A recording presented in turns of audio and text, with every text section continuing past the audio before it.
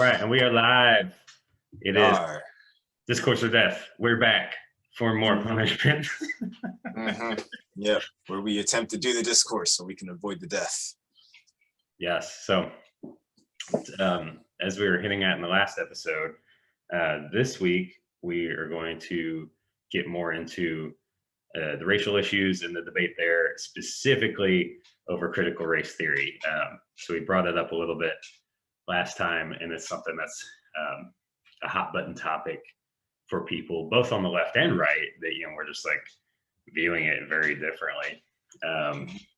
So we thought it would be a good thing to talk about. So what me and Daniel do behind the scenes is we just share information with each other a lot and kind of, you know, what are we reading or what kind of corroborates our thought process in that time.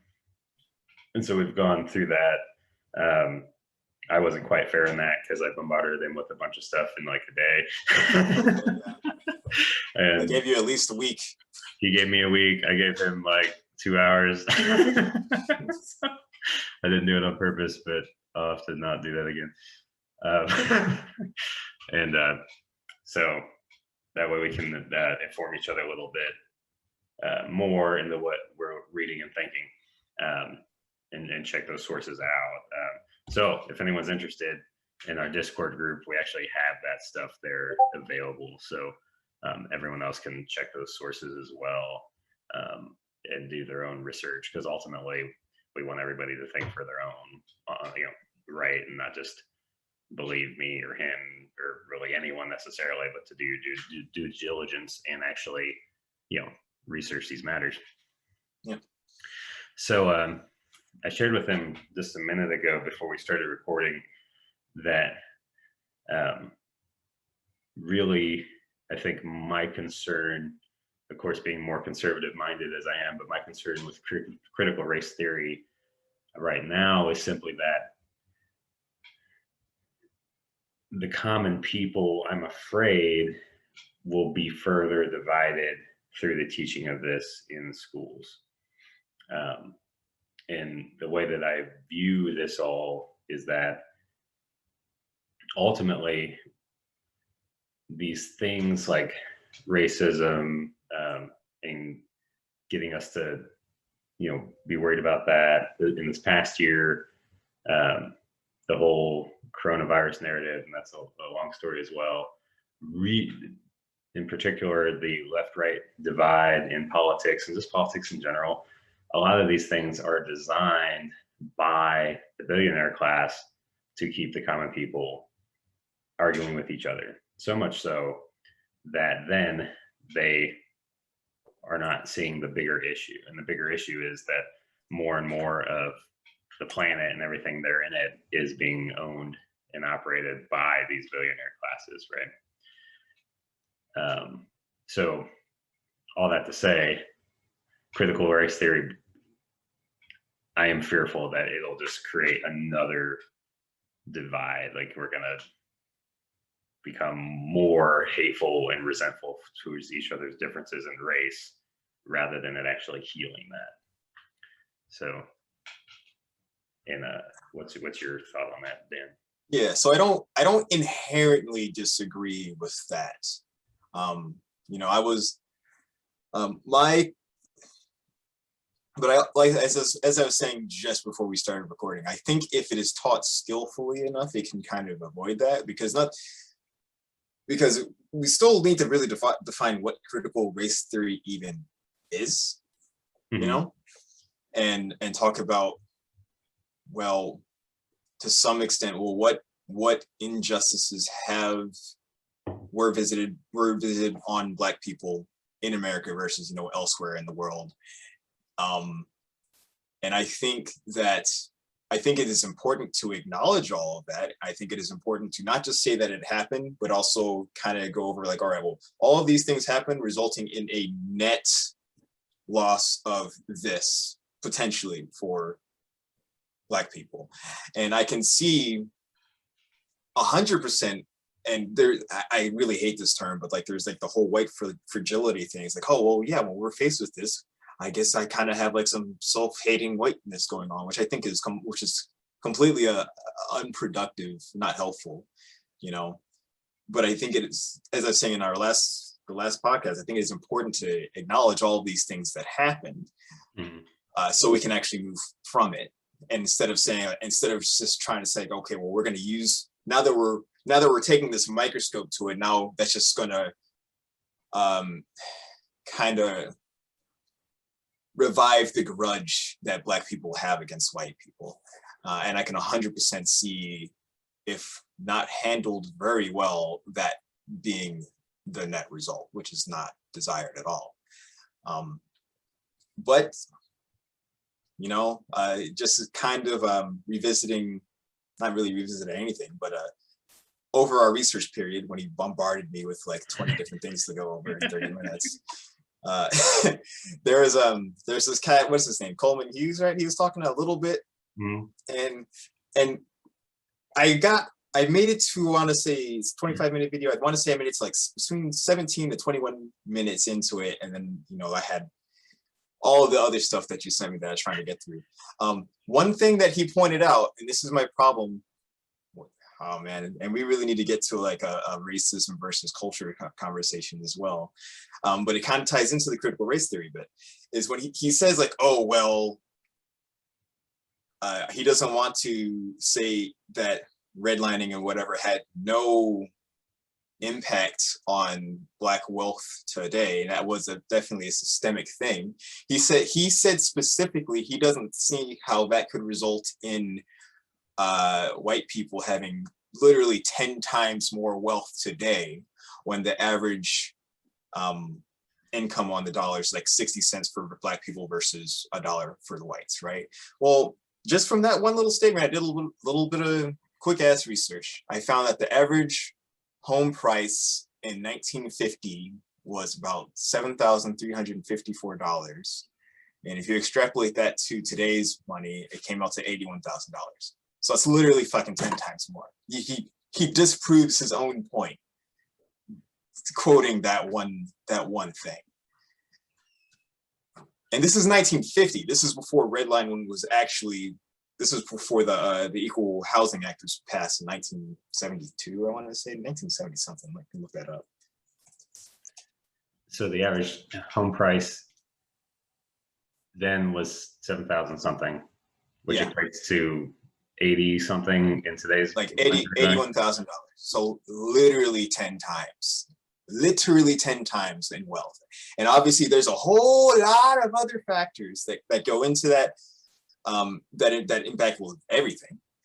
But for him to quote that one statistic and say that is not proof, or that alone should not be enough for there to be like a 10 times wealth gap, it's kind of ridiculous that if Black people had that resource to get those houses or whatever, they would be 10 times more wealthy, at least the families that were able to get it. So I think it's just kind of hilarious that the one thing he quotes disproves his own point. But these are the kinds of things that I think critical race theory needs to highlight, right? So it's not just saying like, well, yeah, it happened, but what are the actual numerical values? What are the actual I'm not even trying to talk about like microaggressions or any of the other like internal bias stuff, because I think it's impossible to quantify that and talk about it like productively. But when we just talk about like, well, what like, if you just go straight up numbers, how much wealth was denied to Black people, African Americans specifically, through systemic processes over however many generations? You know, reparations isn't going to be able to fix it, but I think if we all acknowledge it and we know like, okay, well, this is actually what happened, we'll be able to move on from it. And we talked a little bit about, well, how do we fix it? You know, that's just funding. We certainly would need a better example than that, because that doesn't prove anything. I mean, the price difference is going to be because of inflation. It's not going to be because of the house just like becoming that much more valuable. Like you're just comparing oranges. Well, wait, what? How is that apples and oranges? If you have a house in 1950, you bought that house for $7,000, and you're able to pass that house from generation to generation, or maybe you sold it. or if you held on to it and you were able to invest that wealth in other things, that $7,000 would be $81,000 today, period. So Right. yes, $81,000 now has less purchasing power than it would have back then. Exactly. So you can't compare today's money with the money from the 50s because they're not the same. Like, so the purchasing power is way less. So they just all right. Well, we can do the research and find out what the purchasing power is now, so we can be a little bit more nuanced with our analysis here. But I still straight up see, if you look at, well, let's do that now.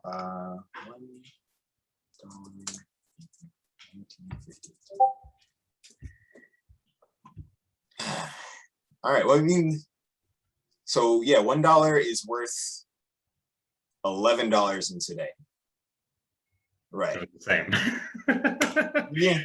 So it hasn't actually become more valuable, and that's all I meant. So well, yes and no, because it's still yes and no, because it comes down with because you're thinking inflation, you're also thinking, well, just appreciation of assets. So if I have, for instance, if my house is worth $100,000 now, and in let's say in 4 years it's worth 4 times that much, well, I would have there's some math that would have to go in here, but you can't. I mean, housing typically appreciates, right? Barring weird situations and crises and stuff like that. Yeah. So yeah, I mean, your asset would probably appreciate, but it's not going to be a 10-time increase. Yeah. So the research. All right, dude. So yeah, you're right. It's not. You can't do a 1-to-1 with currency. So then I would have to find out, like, okay, well, how much much was a house actually worth in that time? And then, all right. So this will be a better thing to look up. Average price of a house and how much that house would be worth today. I think that would be the better way of looking at it. But just looking at that would also be hard to quantify. Yeah, because you still have to, because the area is going to vary greatly. Some areas are going to go up all, and other ones will go up a lot, right? So yeah. But it's still accurate in the sense that if you did have so this is not even accounting for appreciation, you would have potentially a minimum of $80,000 today had you had that investment, and $81,000, even though it doesn't have the same amount of purchasing power, is not nothing, right? But yeah, I think it is more important. It's probably more useful to actually look at, well, how much our house is worth now. So let's see. I don't want to get bogged down too much in this one point. Yeah, if that's I know. Yeah, that's fine. Because there's just like so much to go over. I took a few notes. Jesus. The stuff that you sent me, and I was just hoping we could discuss a few things. All right. So you sent me an article from Education Week that I thought was good, really. I want to make one point then, because I did do the quick math. Okay. All right. So average house sale in average sales price of a home in 1950. I know there's a lot of other things that we need to go into. This was like $7,000. If we did the math, if you had just that, it would, from inflation, it would be worth about $81,000 today. Average home price today is just under $400,000. So that is, we would have to see where the $7,000 house actually is and see, okay, well, how does it actually, how is it impacted by what area it is, what's in, et cetera, et cetera. Mm-hmm. But that's still, that's a lot more than $80,000. Yeah. And if it was in an area that appreciated, then that would be a great investment for that family to have. Mm-hmm. Yeah, so I think that's probably more accurate. And that's, once again, even more in favor of what I'm trying to say. Maybe we can do another episode where we do a deep dive on okay, well, where are the houses being sold? where are houses in the suburbs? What is their appreciation rates over however many long? Because that's in the whole white flight to the suburbs, something that was also denied to even Black people who would have been able to afford it to be there. But yeah, to say that, okay, that alone is a huge amount of wealth that is denied to people, more than 10 times, based on now these napkin math things that we just did. But yeah, once again, things that I think it's important to talk about. And I think doing that kind of research is what critical race theory should be about more than anything, as opposed to saying like, oh, well, white people bad. All right, so you're gonna say? Well, so this would be a kind of a good jumping point for this one. So you sent me the Education Week article, and then they were defining what critical race theory was, and just kind of, and it was a pretty good article. They were, this is kind of like what the proponents say. This is what the people that don't like it so much say, and now it's getting hashed out in schools. So I just took a few notes of stuff I thought we could talk about. So one of the things that we're talking about housing here, they brought up the fact that, you have single family zoning in a lot of, suburban areas or, white areas or whatever you want to say, which prevents the building of lower income housing. Okay. But it struck out to me, and I was like, well, I wouldn't view that as being like inherently racist, right? Like, how is it that if so say you laid out your suburbs however you want to do it, and developers like, oh, we want to put these apartments out here, and oh, well, it's not zoned for that, you can't do that, and that's the end of the story. And they would claim that, oh, that's racist because you would probably have minorities living in said apartments.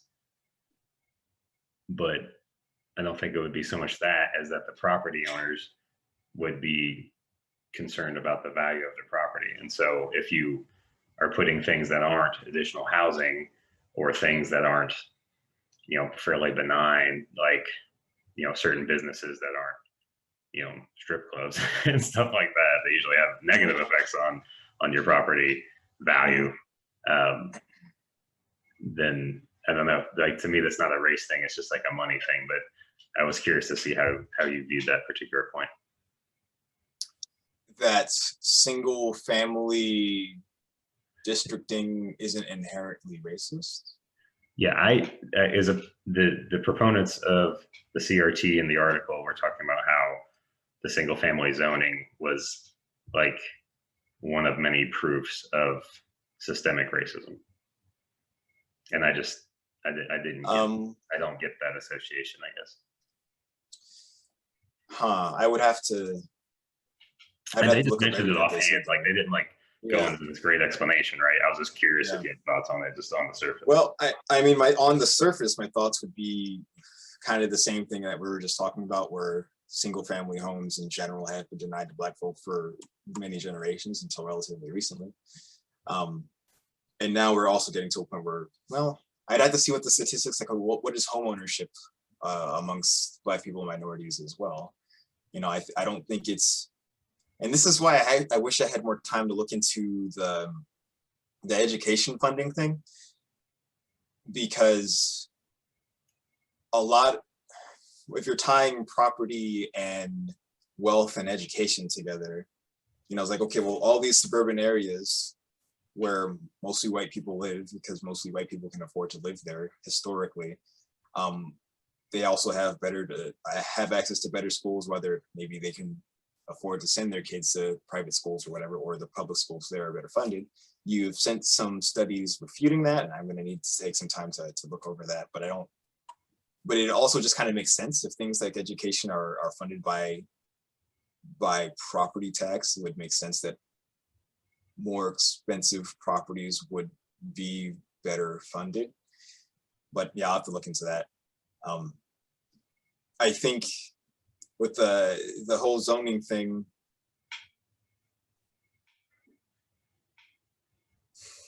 man. So I just thought, okay, so my house here, if all of a sudden, for whatever reason, the golf course they're like, oh, we sold the golf course and we sold it to the developer, and they're going to put in this like giant enormous apartment complex, right? Right. Well, to be honest, I'm probably going to be looking to sell my house and move, and it's not because I'm worried about Black people showing up. It's because it's probably going to kill my property value, because we know that renters of, you know, really any kind of property, but especially apartments, typically don't care about what they're renting as much. And on the one hand, why should they? They don't actually own it. Okay, fine, whatever. Yeah. Well, is it an apartment complex, or is it explicitly a low income apartment complex? Because, you know, there are plenty of apartment complexes like here in Seattle, for instance, that are very expensive. I imagine most apartment rents, most monthly rents would probably be more than your mortgage by a lot. You know, probably. But I think that really depends on, okay, well, what kind of apartment is being developed. But I don't disagree with it on paper, but, you know, on the same part, on the other hand, well, where are people going to live? You know, so we need to kind of find that. We need to kind of find the balance of like, okay, well, people can actually have some kind of quality housing, even if it is an apartment, and my property value goes down a little bit. People need to live somewhere. Yeah, like, is it all going to be straight up government subsidized housing? Okay, well, if that's the case, then yeah, maybe it is in your best interest to look elsewhere. But if it is one of these like more ritzy development things where people are trying to make like hella money, I only see your property values going up if that is the case. And I think, you know, assuming it's going to be low income and therefore everything is going to come down is, you know, I mean, that maybe that's your own bias. Because you don't, that's typically not the kind of housing that's being built nowadays. You mean like the low income housing? Yeah, just in general. Yeah. Because it's not profitable. Yeah, I don't know enough about that, but I think I don't know. I just met a guy once that talked about he intentionally bought low income apartments to rent because the government programs made it so that like he just made like a ridiculous amount of money on it. But right. I don't know enough about that. I don't know. I mean, he sounds like he's like doing some slumlord shit. Yeah, pretty much. That's pretty much what so, it was. All right. That's a whole other discussion. Yeah, that's pretty much what it was. But to bring it back into a race thing, I mean, I guess we'd have to see what happens. You know, if they build low income housing and then through everyone fleeing, more Black people moving into this apartment or whatever, people such as yourself looking for somewhere else to live, and then, you know, subsequently the schooling is less funded, and all the other infrastructure that was previously paid for by your taxes is no longer funded, then I see is just kind of moving the problem somewhere else, and once again just showing, well, this is what happens, and this is from a CRT analysis of it. We're still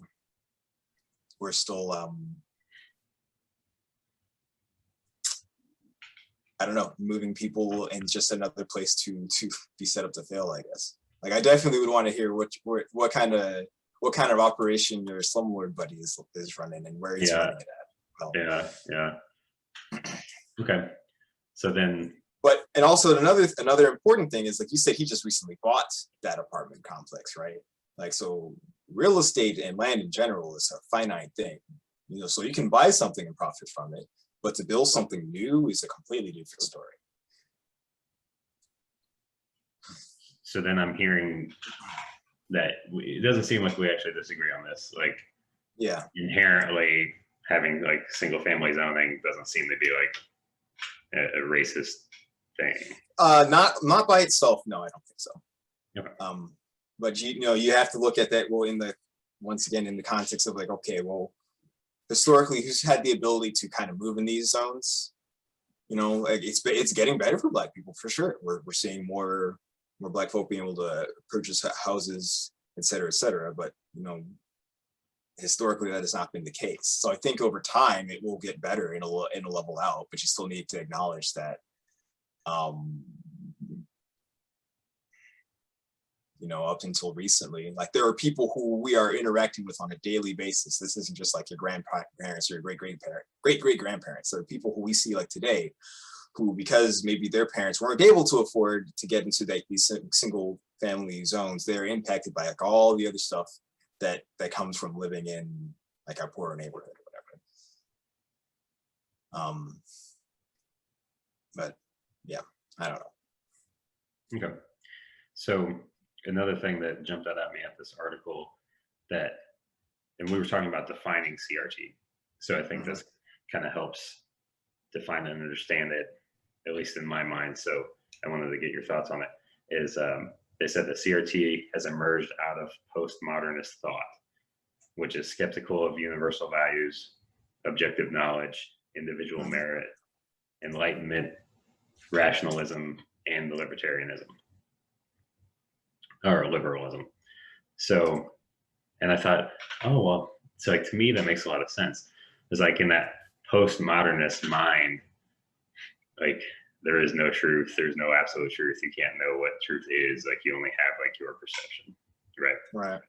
Which I fundamentally disagree with. I think you can know what the absolute truth is, and I think that's part of what the scientific method is supposed to do. Is supposed to let us play with variables and try to work towards what is the truth. How does this thing actually work? You know, no matter what system that is. So in my mind, it just helped clarify it because one of the dangers, at least that I'm seeing from this, is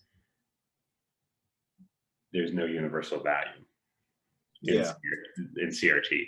So obviously America has a lot of issues, and historically we've got a lot of problems. We've got slavery. We've started a bunch of wars with people for no good reason. It's a myriad of things. But at the societal level, a lot of people, I would say the majority of people at least, had the commonality of that yearning for that American ideal. And a lot of people came to the country for that ideal. Like just the idea that, oh, well, you can actually make something for yourself there. And, you know, you have opportunity there where you're not going to just be beholden by the whims of, you know, some tyrant or whatever. And with CRT and other new ways of thinking like that, I feel like it's destroying that commonality that we have as Americans. So now we, rather than striving for that American ideal, even though imperfectly, right, that we've yearned for and evidently done a bad job of, but we still had that as an ideal. We're now with CRT and things like it, even that idea is evil. Like it's just all founded on lies and racism and bloodshed. Yeah. Make sense? It does. And I think, well, and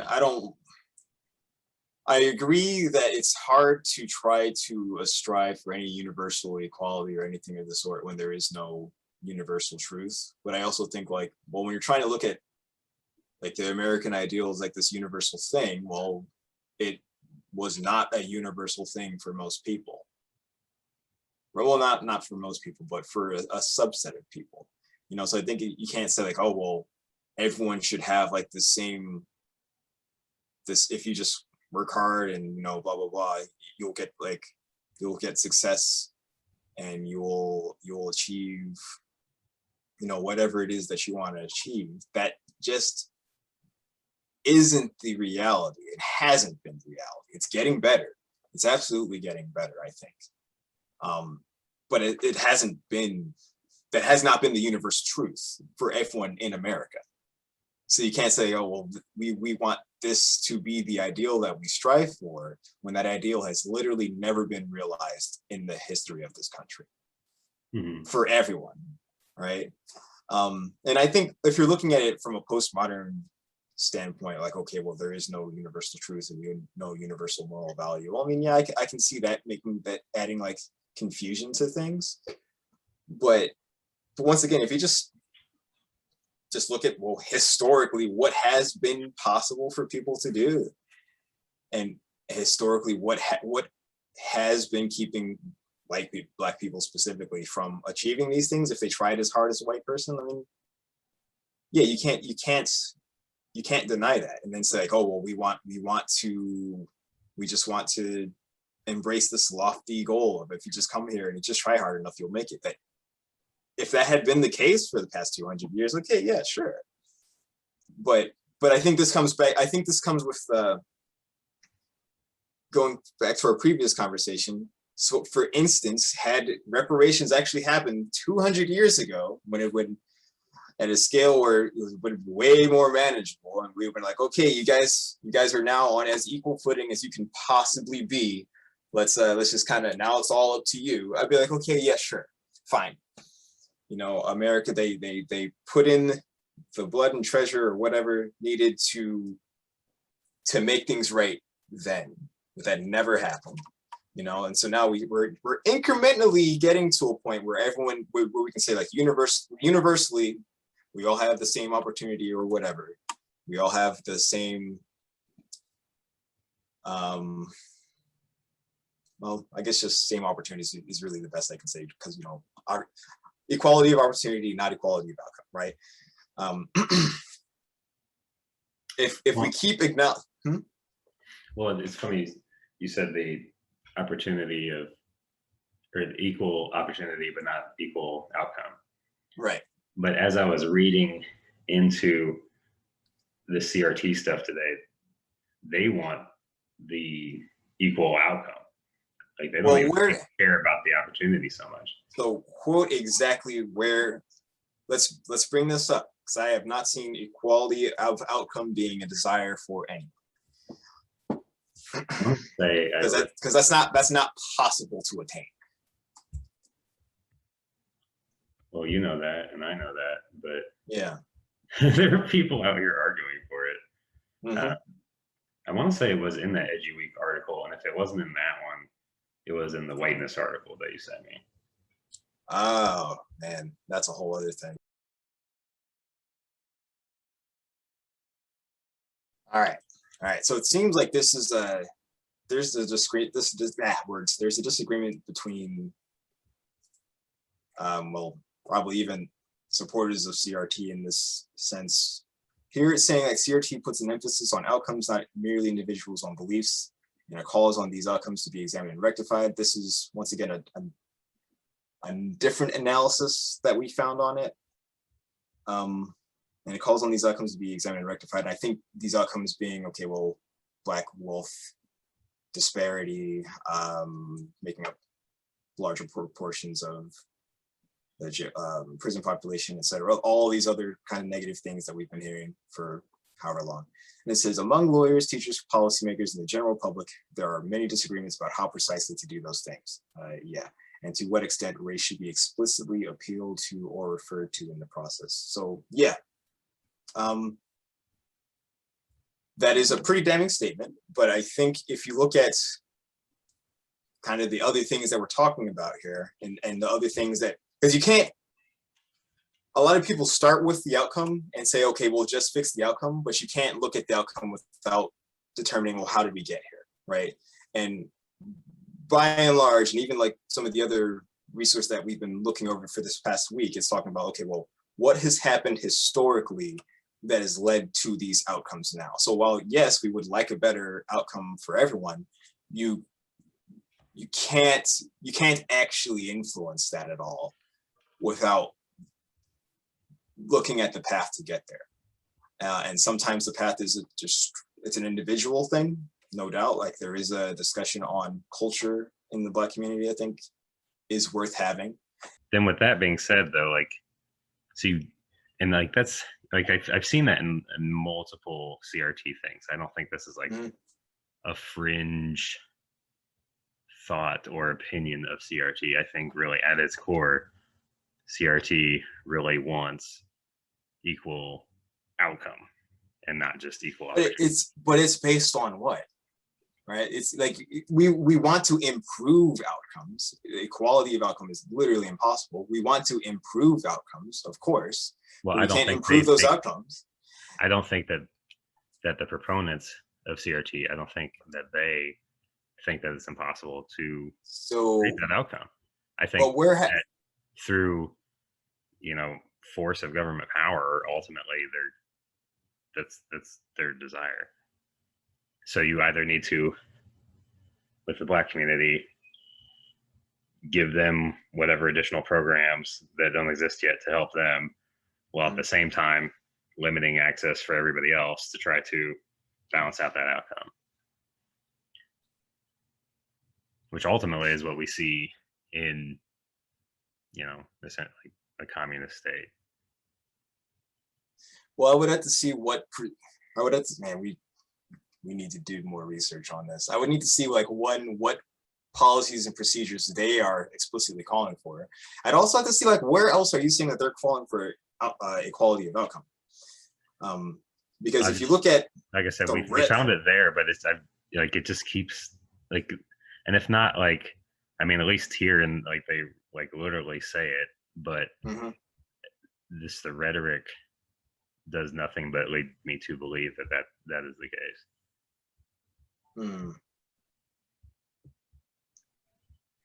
Yeah. I mean, maybe it's just too difficult to decouple the two together, because you'll see in this same article where it's talking about, okay, well, they're talking about there's the single family thing, then they're talking about how Black people were denied housing for however long, et cetera, et cetera. I focus more on, well, what was done historically. The outcomes are what they are. But what was done historically, can we at least acknowledge that it happened and then kind of move from there?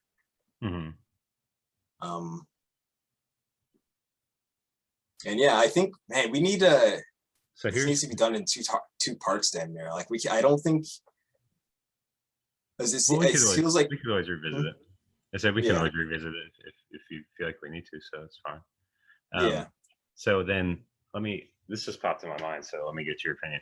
So like obviously in school, like in all the grade levels, like we were all taught about slavery and how it's evil, and like, you know, we're given the whole rundown of that. Right. And that gets brought up a lot, obviously, in these conversations. Yeah. But so then what else does CRT need to do then, in your opinion? Or if not CRT specifically, because, you know, again, I think it's really dangerous, but what does education need to do from your perspective to help this discussion? I think that's really the more important question.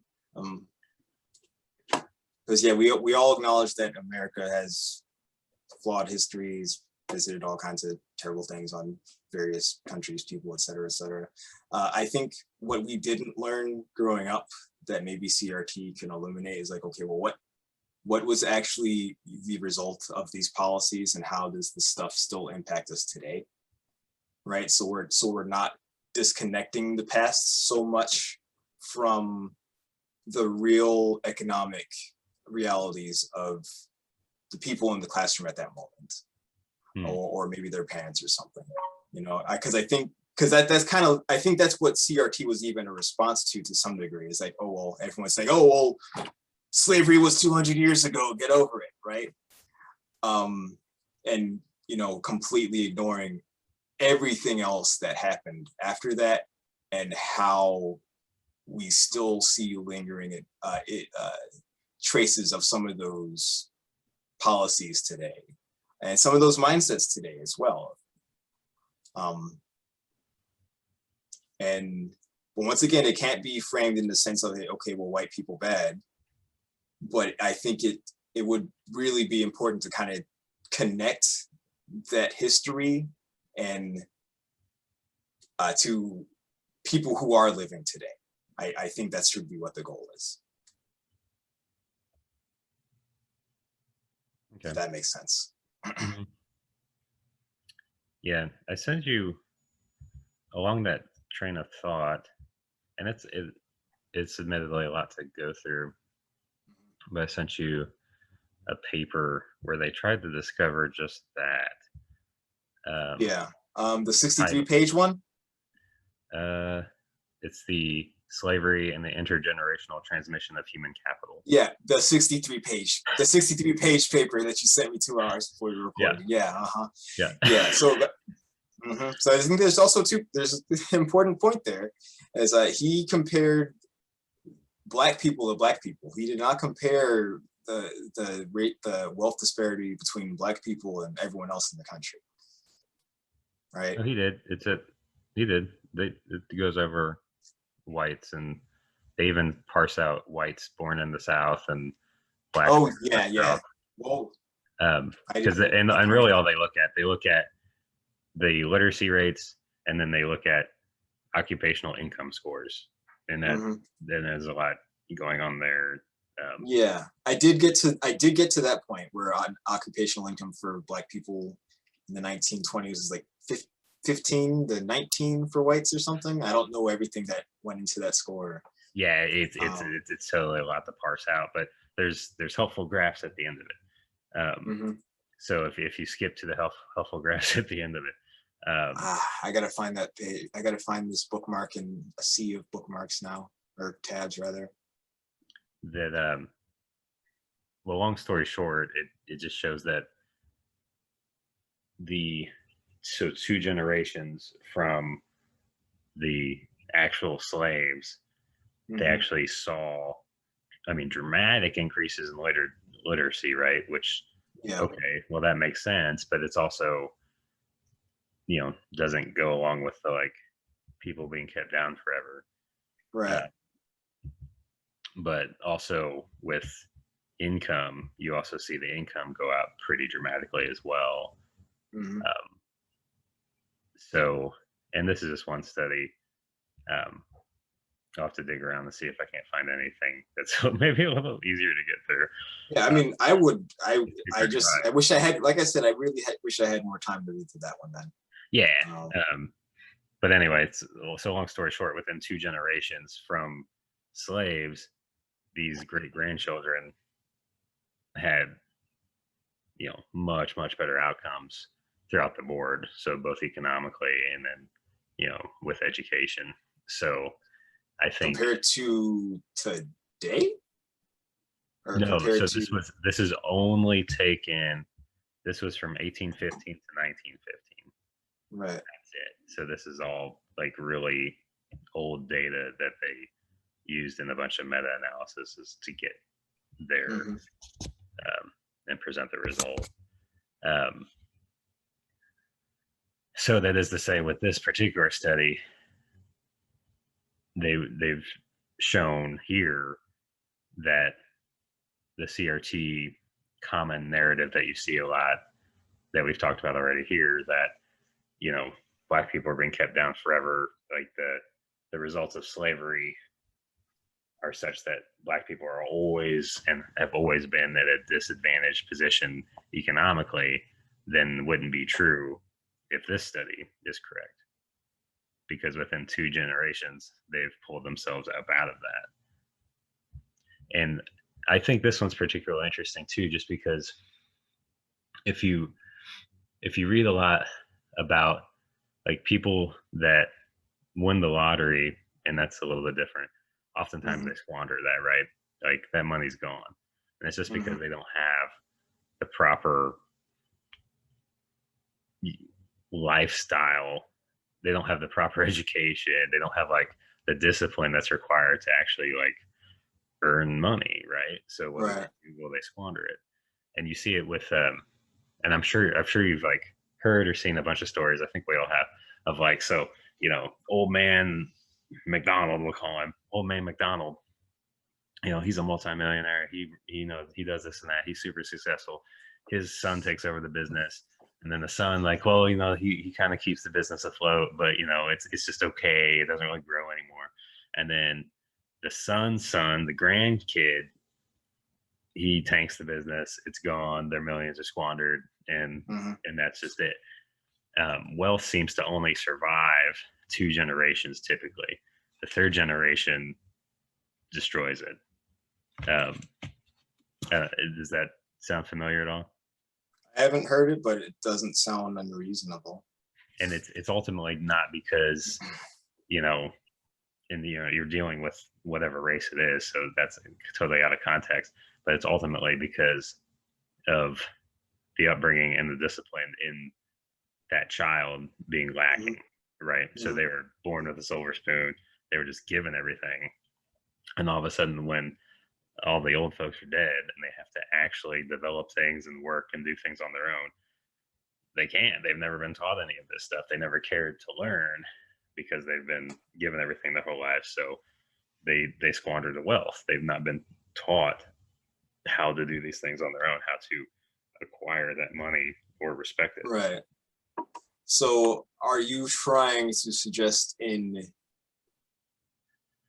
this context that what meager wealth Black people were able to acquire after slavery was abolished, it was squandered by the third generation because they didn't know how to spend it? No, I'm simply trying to say that I think that a lot of weight is being put on that like economic argument with Yeah. CRT, and I just personally don't think there's a lot there.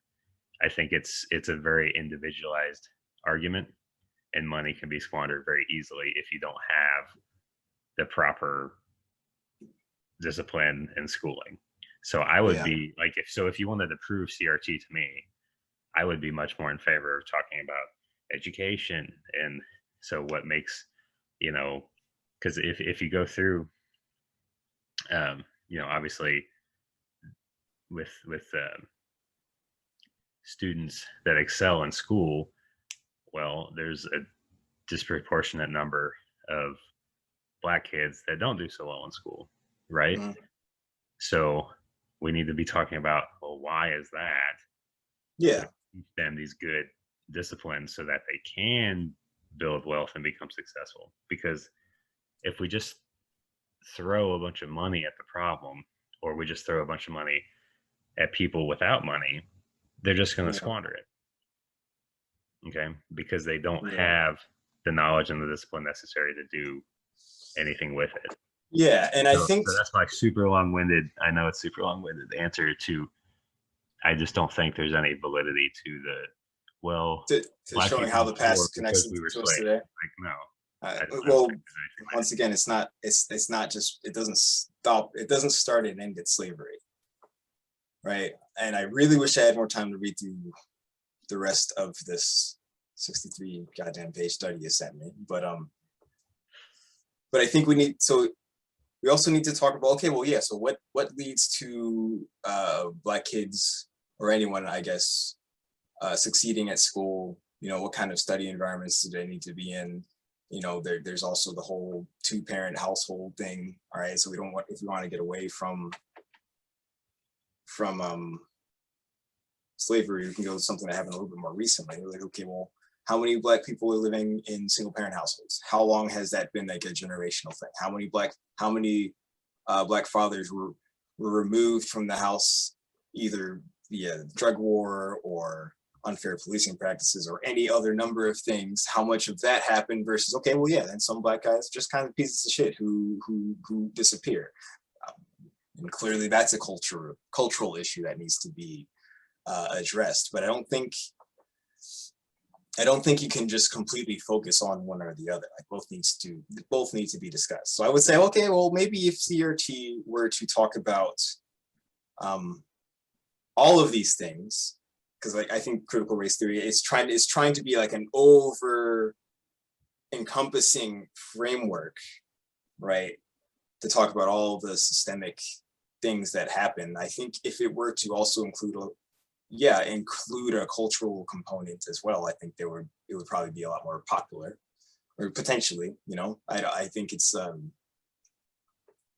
you don't have to be a brain surgeon to see that, like, well, yeah, Black people are disproportionately killing themselves, and inner cities or whatever, we talk about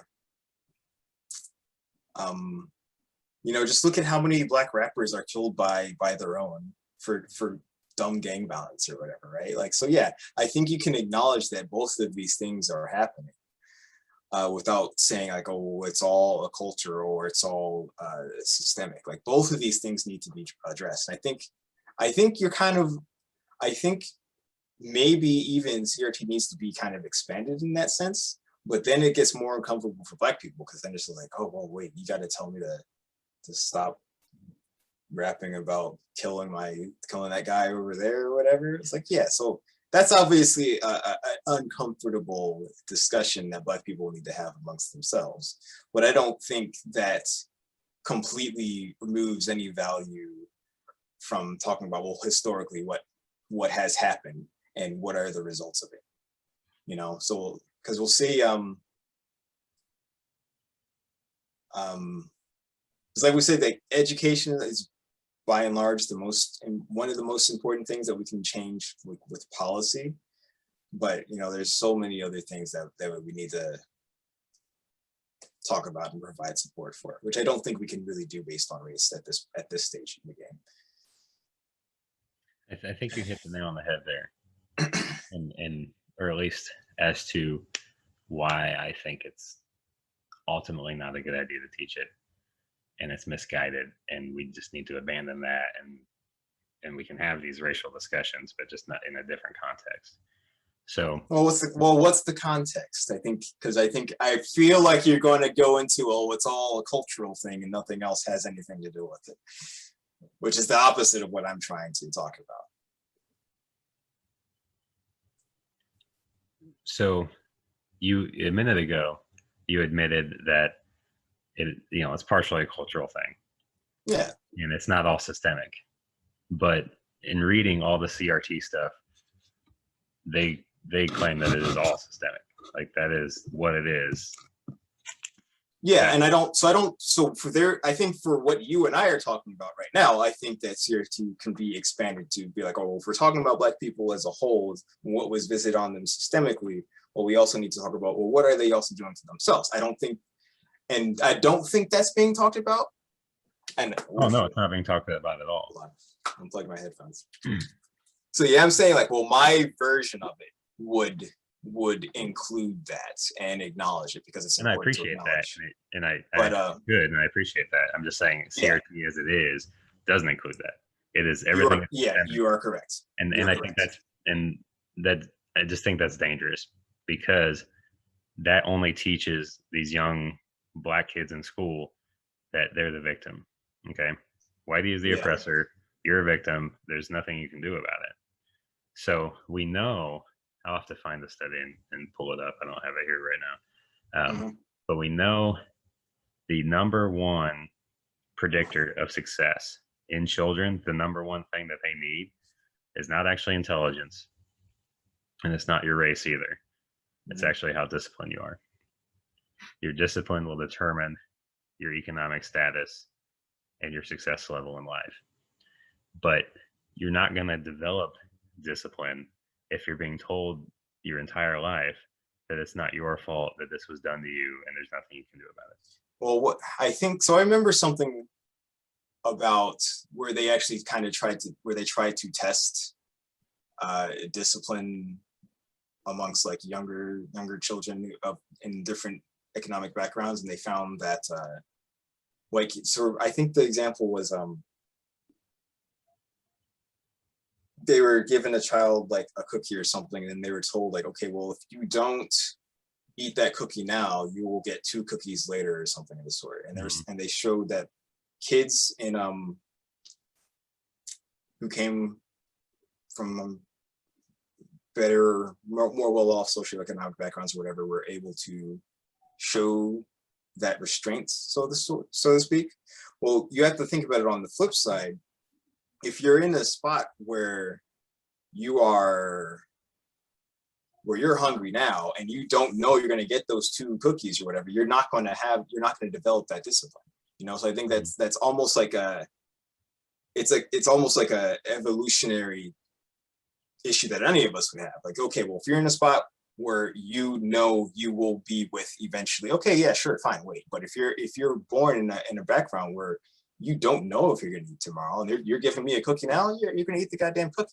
And I think that kind of mentality is, and I don't think there's a way we can. I don't think we can legislate that kind of fix, but I think that explains why discipline is even, why it can be attributed to a cultural thing. If people are, if people are in a state where they can't necessarily plan for the future because they don't think maybe they're not going to be around, or whatever resources just cannot possibly exist, they're not going to. And maybe this does have something to do with it. It's like, well, yeah, Black people have been told that, well, you don't have a future, so just freaking worry about what's going right now. And there's like a whole host of things you can talk about that would have resulted from that. But I think by and large, it's just like growing up a place where you know you will have something versus growing up in an area where you don't. Yeah, I think that's a valid point. I think it could be that. That could be one interpretation for sure.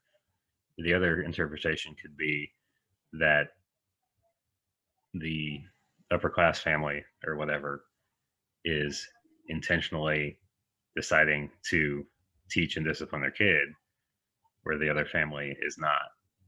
Right. But it's the same thing. Like if the upper class kid is teaching them like, well, be disciplined, and because you'll be able to save and do whatever and achieve more goals now. But if the lower class family is living from day to day, wondering if they're going to get kicked out, yeah, they're not going to teach their kids to worry about the future quite as much if they don't know if they're going to eat tomorrow. No, it could be the same thing, but it doesn't necessarily have to be. Like for example, you got the upper class family. Okay, fine. Mm-hmm. So in one situation with the lower class family, say it's single working mom. Okay. Mm-hmm. So she's busting her ass constantly. She's working 2 jobs to make it all happen. There's not a whole lot of interaction time with her and her kids because they've got to get watched here and there. She's working. Totally get that. Yeah. So have they been like instilled with that discipline? Well, no, because mom's trying to make it happen. Like, okay, that's totally valid. But you also have lower class people, and I've honestly seen this more with white people than I have with Black people, and that maybe that's just my exposure. I don't know. Where if you've got a mom and a dad, they're poor, but they're ultimately poor because they're lazy and they just sit around and they don't do anything. And they got kids running around. They've got a bunch of those, and they're all running around. But the parents are just disinterested. They just watch TV. They do whatever vices that they're kind of into, and that's it. And so it's not that they don't have, and they're not so broke that like they're not eating, right? Like they have enough to like get by. So it's really just lethargy and disinterest that instilling anything into their kids. It's not the fact that they're so broke that they're starving. You know what I mean? Right. And this is getting away from the CRT thing a bit. But I'm trying to think about, well, what leads to anyone coming to these outcomes, right? So the lower class white people, or whatever, will have all these kids running around. Okay, well, how did they get to where they are? Did they have access to early childhood education? Did they come from a point where they had 2 parents who were kind of doing the same thing? Like, I want to fix these issues across every race or whatever, or improve them as to the best of our ability, right? And unfortunately, if you're thinking about it from like just a straight up policy standpoint, you can't. There's not like a government program that's just going to make parents be better parents, right? It's like that we can't. It's hard to kind of have that conversation. I think going back onto the CRT thing, since we're gonna, that needs an entirely different. Changing Black culture is going to need a whole different discussion. I think it is important because I don't think you can pin everything on Black culture or whatever, but you can acknowledge that there are some issues with it that need to be discussed and changed. And some things need to be made less popular. But you can't do that you can't do that with policy, you know, and I think that's why the proponents of CRT or whatever kind of shy away from it. Yeah, totally agree. Because that's unpopular, right? Well, not only is it, it's also much more difficult. Yeah, I think. Well, it's that's always going to be an unpopular message, right? It's like if your message is, and we see this in the political arena all the time, right? If your message is, you know, blue team is evil, screw them, like it's all their fault. Well, that's an easy sell if you're on the red team, right? Yeah, of course. If the message is, you know what, guys, on this red team, like we got to like fix the red team here, you know, and then maybe we can talk about the blue team, but we got to own this stuff. They're all going to be like, no, we're going to attack the blue team. Like, because ultimately it's human nature that we don't really want to like internalize and work on ourselves. Some of us are better than others. I think me and you are fairly good at it because we can have these discussions rationally with each other. But most people ain't like that. Most people are just, they want to attack the other, whatever the other is, and not, you know, internalize or own any of their own stuff. Right. I mean, I see that all the time in my job. You know,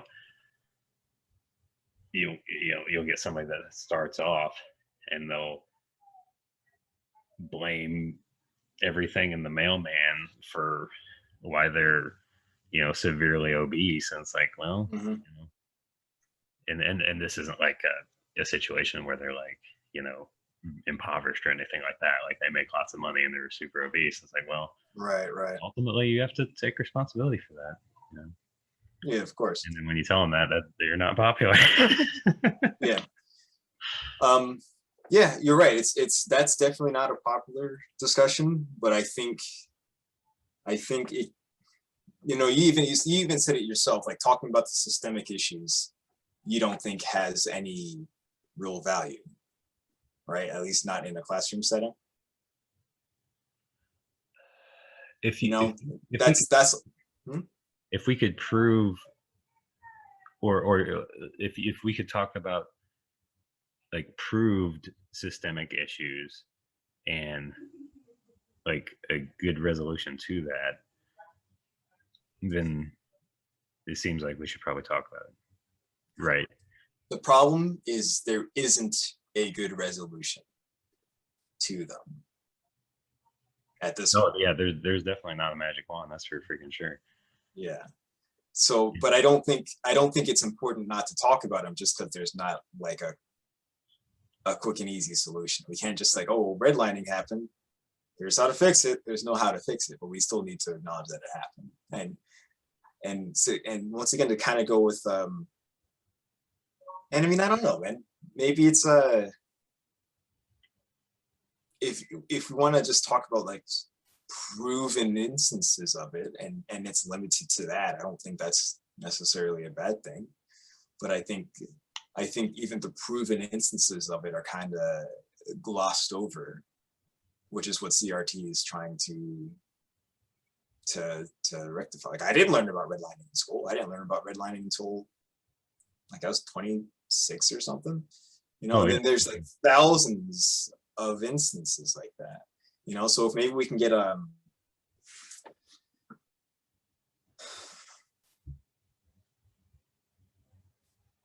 don't know. It's like it's hard to say like, well, here's the exhaustive list of every single injustice that has been visited on black people. Right? Like, I don't even know if that would be super productive, really. But I don't think so either. But I mean, I don't know. It seems like we're more in agreement than disagreement, but you seem to be more of a proponent for it. I'm gonna. I just think it's more dangerous than helpful. I really do. Like, yeah. So you think it's more dangerous than helpful because it's going to maybe make people blame the system and not take responsibility for their actions? I mean, what is it? What's your angle? To blame each other. So like the black people are going to blame Whitey, but they're not blaming, you know, George Soros level Whitey. They're not blaming, you know, Jeff Bezos level Whitey, like the people that actually control the planet. No, they're fine. and we saw it a little bit in the rioting and stuff last year. They're going to blame neighbor Whitey. It's your fault that I'm, Yeah. whatever XYZ, and so Yeah. I'll burn your freaking house down. Well, that doesn't help anything. And so I'm just afraid that it's going to increase the fervor pitch of racism in the country. And Mhm. like we both agreed, it's like, well, when the riots and stuff were happening last year, if they walked in the Goldman Sachs and burned that down, we'd all be like, Dude, I'd be well, right there, right there with them, man. Right there with them. I was like, oh yeah. but what did they do? They don't burn down Goldman Sachs. They burned down the neighborhoods. They burned down the Wendy's. They robbed the Mhm. Target. Like, okay, like that's Yeah. awful, you know. So Well, man. So I 100% agree with that. That if we were to talk about, well, not just like, okay, white people have done this great injustice to you, but we talked about like, well, the specific white people who've kind of been running the show, right? And they've been and progressively doing this to everyone. It was just black people for a while, at least disproportionately. Now everyone's kind of getting done by it. I'd be in total support of that, but oh yeah, I don't see that getting taught. I don't think we're going to get that in the education system, but but that would be good. That's what we need. Yeah, we need to decentralize from that power structure. I think if thinking about it now, man, I think even if when they're teaching slavery in schools, they also make it clear, like, okay, it was like 2% of white people who actually owned slaves, and the rest of them were competing just like the rest of you. I think that would be a very, very good topic to talk about. A very good topic to kind of really show people this grand scope and what was really going on, like the grand scheme of things, right? So we had a couple of rich white slave owners who owned all these slaves, who then radicalized like other poor white people to like, oh, well, they're slaves and they're bad and be against them or whatever, which is kind of what led to like a lot of big racism in the country in general. Mm-hmm. But they also talked about like, well, by and large, most white people back then were also just as broke and struggling. But this like racial divide was kind of fostered by the upper class white person.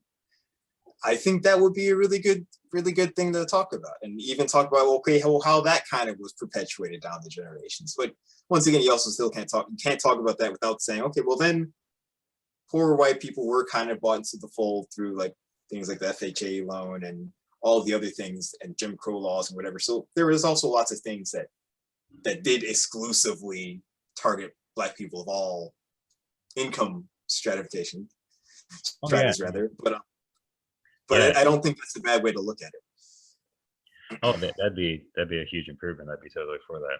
And the problem that we had through these years is not that the majority of white people were racist. The problem was that there was a small but powerful, crazy racist portion, your power elite, that made all this happen. And then throughout the years, they incentivized these things, just like you said. And unfortunately, people go along to get along.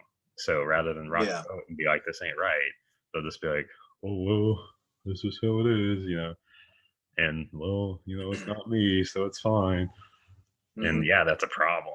So there's definitely like some kind of complicit bias there. But that doesn't mean that your average whitey is hates black people. Yeah, and I also don't think critical race theory teaches that or even suggests that. I just think it does. I think it does. So like one thing, talking about whitey, where did that go? I've got too many windows open now. Let me pull up one thing that irritated me. It was that the whiteness one that you shared me. Yeah. Okay. I'll check that out. So let me pull that up again. So for the 3 people still listening to me rant, this is on the Smithsonian talking about race, and it is whiteness. Yeah, we'll put links in the description to whatever references we talk about. Yeah. So it talks about white privilege and this and that, and you've been instrumental in opening my eyes, and you in my church have been like there is certainly like a certain degree of white privilege. Like I'm not going to argue that. I think that's a true statement. But so in Peggy McIntosh's White Privilege: Unpacking the Invisible Knapsack, here's some examples of what white privilege looks like in day-to-day living. And I'm like, almost none of this is true in my experience anyway. So, or she makes it sound like it's this crazy thing. So the first one is, I can, if I wish, arrange to be in the company of people of my race most of the time. Well, can't so you can be around white people historically if you want to be around white people. We all do that? I can tell you, living in Seattle, that is not the case. So there aren't very many black people in Seattle? That is not a controversial statement. I think it's pretty well documented. Okay. Pretty well documented. You know, like for instance, man, when I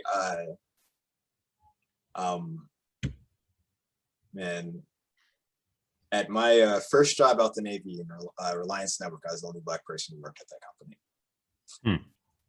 Wow. Yeah. Well, why are you I was in Seattle? Because snowboarding and medal shows, man. But I mean, I think that's the kind of thing that she's hitting on. It's like, oh, you know, I can just hang out with like only black friends or something if I wanted to. It's like, well, yeah, well, company in what's the context? Like in fact, all of my jobs there's no that context. I've had. It's just out there. So yeah. I'm glad you said that though, because that was a good point. So I guess it just depends on where you live. So I'm thinking, I'm like, well, no, if you're like any race except for some crazy rare thing that just doesn't, there's not enough of you here.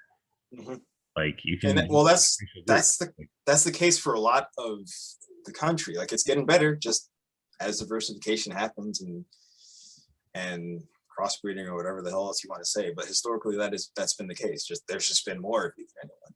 You know, and even in Indiana, once again, what's the context? Like you can, if you are in a certain position in the company, you know, there might be black people over there, but like where you're working currently, you still might be the only like black person on that team, maybe the only black person in the company, you know, like historic. And, you know, I'm working in IT, so the demographics of IT don't necessarily make up the demographics of the rest of the country.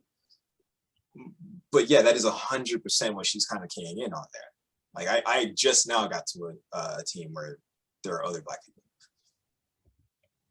And this is now 8 years out the Navy. Interesting. And you know, she has some other examples that I think are actually good, right? They're like, she says, I can turn on the television or open the front page of the newspaper and see people of my race widely represented. Yeah, sure. Well, yeah, definitely. There's another one. I can go shopping alone most of the time, pretty well assured that I will not be followed or harassed. It's like, well, as a white guy, I feel that way, especially considering like bigger than most people. So it's never been me. Right. Like, Right. I mean, back when I lived in inner city downtown Indianapolis, like I remember I could walk through like the roughest areas, and I wasn't ever like, well, a few times I kind of had in the back of my mind like, I'm gonna get my ass kicked in here for being the white guy. Right. That never happened. But I would say, like, I don't know if the right woman, I don't know if a white woman could say that she could not be harassed or followed in different areas. I think if she's saying shopping specifically, you know, for like theft prevention personnel would be less likely to tell a white woman than they would me, right? I think that's the kind of thing that she's trying to hit on right now. Could be. So that's a good point. Yeah, that's a good point. I think I just viewed it from like an external violence and not necessarily a. You viewed it from the. You viewed it from my white privilege. Thank you for saying it, so I didn't have to. I viewed it from my white privilege, Daniel. All right, damn it. All right. Well, once again, like and for the most part, all of the examples that she gives here are pretty inoffensive, I think. Yeah, like, no, I don't think like this is like really terrible things, but this is also just the reality of whiteness to some extent, right? Yeah. you know. But I don't think any of these things is like, oh well, this explains the 10-time income gap or anything of the sort. But once again, an important thing to acknowledge. Yeah, I mean, like when you sent me this whiteness thing, I cringed. I was like, are you freaking kidding me right now? And then I read it and I was like, well, I mean, it's okay, you know, like yeah. You know, it's not like that big a deal. And they talk about their white fragility, which drives me crazy. But I don't like the term, but I see what either. they're trying. I see what they're trying. I see the point they're trying to get across. I see the point, and I've seen, at least online, because you see every kind of whack job online of these like white kids that are all like, oh, like super worried about it and all this. And like, I as a white guy am not gonna like feel bad or apologize for stuff that I didn't do, that my grandparents didn't do, you know. Yeah. So yeah, I'm not gonna be white fragile. I don't care, you know. Yeah, I think it's. All I can do is try to solve the issues now with you and the 3 people listening to this podcast. That's all I can do. Yeah. And I think that's what we need to. That should be the goal for everyone. We can't be trying to make white, because white guilt, white correction. So white privilege is the thing we talked about. Okay, well, here are some of maybe the unseen, maybe unacknowledged benefits to being a white person, whatever. But there's nothing you can do about that. So don't feel guilty or some kind of way. Just like, well, it is what it is, and move on. But you know, I can't hold any grievance towards you about it. You didn't make the system. Sure, we can acknowledge you might benefit from it, but that's not your fault. But we need to acknowledge that it's a thing. I think that's we need to be able to acknowledge it's a thing without trying to assign blame, unless we're blaming Jeff Bezos, because then just blame everything on Jeff Bezos and his like. Oh yeah, for sure.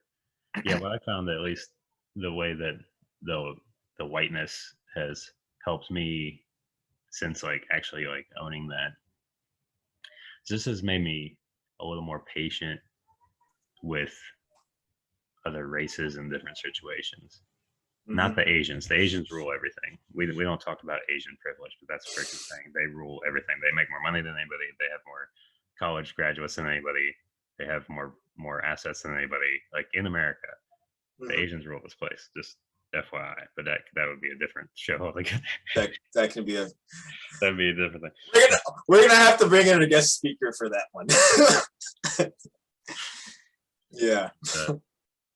But anyway, it's just made me like more like, so if I see, like, if I'm downtown and, you know, rather than like coming to snap judgments when I see something I don't like an example I thought of was, and this is a while ago, but I was at Walmart, which is a rare occurrence because I think Walmart is terrible, but I was there at like 10 o'clock at night, and there was this Hispanic family, and they had, you know, like several like little kids, like school age kids that like should not be at Walmart at 10 o'clock at night. Like they should be asleep so that they could wake up for school. And I was like, well, that's shitty parenting. Like, what are these people doing? And I was like, well, maybe they don't have a choice. You know, like maybe there's a good reason, you know, maybe like this is the only time like their folks could, you know, get this shopping done for their needs, and they can't just like be home alone. So like they just have to be here, you know? So I found it helpful to kind of like realize the whiteness a little bit and like not be so judgmental and towards people like that, you know? Yeah. My phone is ringing. I really wish I could edit this out. Where is my phone? Hold on a second. All right. So I think you made an excellent point. And it's really, well, and what I want to say, like the goal would to, even of CRT to some extent, would be able to instill that empathy in everyone. But I'm not even sure if that is possible from once again, I'm not sure if that can be done with policy, you know? Yeah, I don't see how, you know. Be empathetic or you're going to prison. Right. Yeah. Like I think and once again, this is my own little perfect version. It's like, well, yeah, the objective would be, because I think it's ultimately like empathy, being able to put yourself in someone else's shoes or whatever, that is what's gonna really dismantle racism at least at a Mhm. ground level, right? But Mhm. we have like a complete lack of empathy in lots of different areas, and it's hard. And I think part of the reason we teach American history and part of the reason like we have like various social studies and whatever is to try to help students uh, get that skill, so they see like, oh, well, all of this was going on and all of these things are terrible, and I need to be taught that it happened to be able to empathize and to be able to acknowledge, oh, this is why someone is where they are. And I think that should be the goal of CRT. But once again, I don't think if we're trying to like change outcomes, I don't think it can. If we're trying to change outcomes of Black people specifically, I don't think that can be talked about. It's without also talking about, okay, well, what are Black people doing to themselves? Like the two need to go hand in hand. Make everyone else more empathetic to the plight of the Black man. Maybe talk about, okay, well, these things happen, and here are the results of said things. But also, all right, well, how can you as Black people do better? And that would be a very uncomfortable thing for a white social studies teacher to teach a bunch of Black people. you know Definitely. Yeah, definitely. but I do 100% think it's kind of unhelpful to talk about one without the other, and we've largely been doing that as a society. you Mhm. know we have the right say it's all culture, is like, oh, just don't be a welfare queen, and the left say it's like, oh, it's all redlining. And neither is 100% true. Yeah, definitely. Okay. Is there anything else you want to cover that you feel is important to our CRT conversation that we haven't touched on? Hmm. Nothing in particular. I wish I could have come a little bit more prepared on some of the resources that you sent, because it's good stuff to read through. But I need to be able to read through it so I can talk about it. Yeah, But I'll have to make my research day, not Monday. yeah, yeah. But no, I think I I got nothing else. What about yourself? No, I think we went through a fair amount, and I think we both spoke our hearts on the matter, and it really sounds like we're both more in agreement than disagreement. We maybe disagree with some of the nuance, um, Hmm. but it sounds like we both desire the same kind of things, Yeah. but we we just kind of differ in our ideas. Well, is CRT like a helpful way in doing that, or is it not a helpful way in doing that? I think if I have any takeaway from this discussion, it's if we frame CRT as a result of not all white people doing it, but yes, a select few powerful people who kind of who one use race to divide everyone historically. Like they did the same thing when they're like busting up unions or whatever and trying to like depower workers or whatever. Yep. Um, I think more people would embrace that as opposed to just saying like, okay, well, all white people are equally guilty of it. Um, but if we talk about the people who are actually writing the laws and who's paying them to do that, these people were white. Hmm. Yeah, that would be a total win, because then we could red pill people into realizing that the 1% of 1% are the ones that run the show, right? And that we need to quit squabbling amongst each other and make sure that they don't take more than what they already have. Mm-hmm. Mm-hmm. Cool. All right. Well, very good. We're going to wrap it up here. So this is Discourse for Dev. Let us know what you guys think. Um, we'll make sure to put a lot of these articles and stuff in the show notes. And if you join the Discord, they're already there. But I'll put them in the show notes, and let us know what you all think. Later. Bye, everyone.